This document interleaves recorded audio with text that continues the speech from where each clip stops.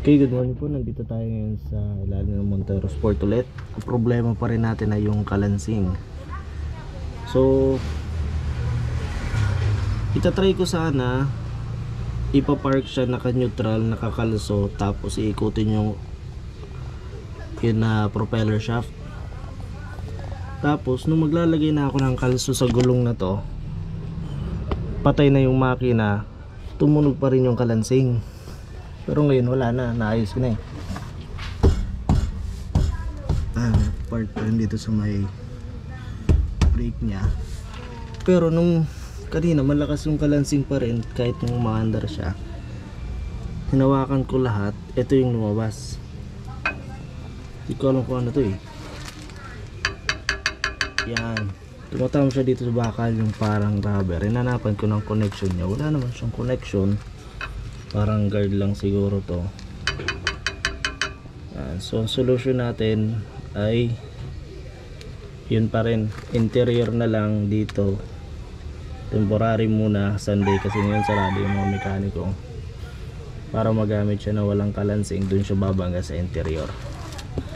So solusyonan muna natin. Yan.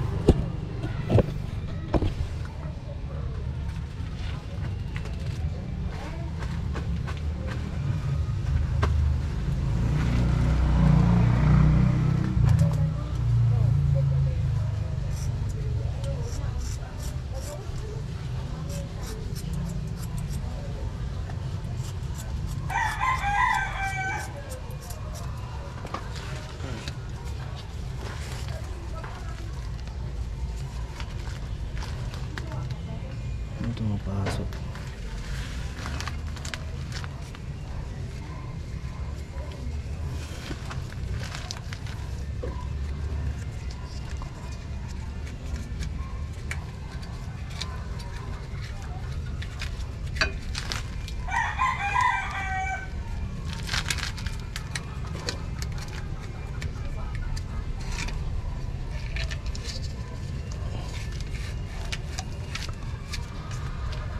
Yan.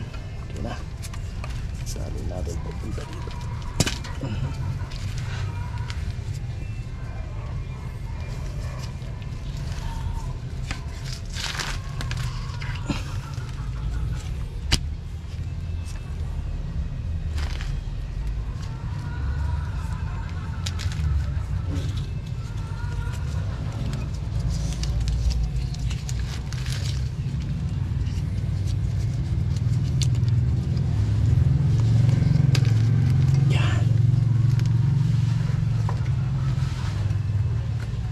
Yan.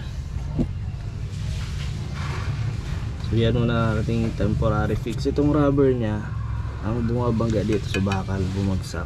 Hindi ko alam para saan ito eh. Oh, gumagalaw siya. Pag gumalaw siya, tumatama dito sa bakal. Yan. Okay, so baka yan din yung problema nya.